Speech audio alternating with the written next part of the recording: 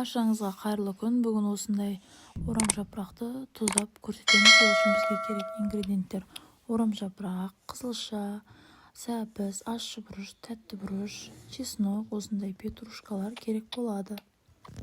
Ең алдымен ыдысымыздың астына петрушкаларымызды салып, оның үстіне орам жапырақтарымызды саламыз. Осылай қалың жерлерін ашып, бір тегістеп саламыз. Және заттарымыздың барлығын екіге бөліп қойғандарыңыз дұрыс болады. Өйткені слоймен екі рет жасап шығамыз. Қызылшаны, чеснокты, ащы бұрыш, тәтті бұрышты және сәбізді барлығын осылай бірінші қатарына салып шығамыз. Ұсақтап туралған ащы бұрыш пен тәтті бұрыштың да жартысын салып шығамыз.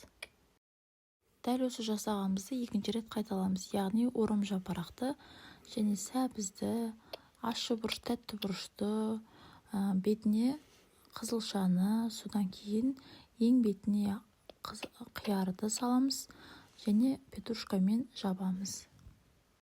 Бұл тұздалған орам жапырақты күнделікті тамаққа, дастарханға қойып жесеңіздер болады, немесе қысқа сақтауға да болады. Банкаға әдемілеп құйып, холодильникте сақтап қоясыздар. Енді ары қарай тұздауға сиропын дайындаймыз. Ол үшін кастрөлге суымызды құямыз. Кішкене лавр жапырағы, қара түйіршіктелген қара бұрыш, 5 қасық тұз, 10 қасық қант саламыз. Уксус құямыз және қайнап шыққаннан кейін 10 минут қайнатамыз.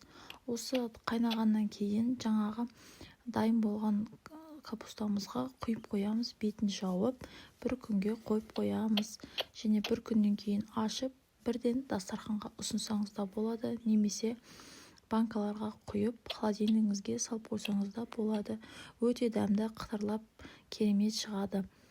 Видеом ұнаса лайк басып, каналыма тіркеліп, мені қолдаңыз. Қазақша контентті қолдап жүріңіздер.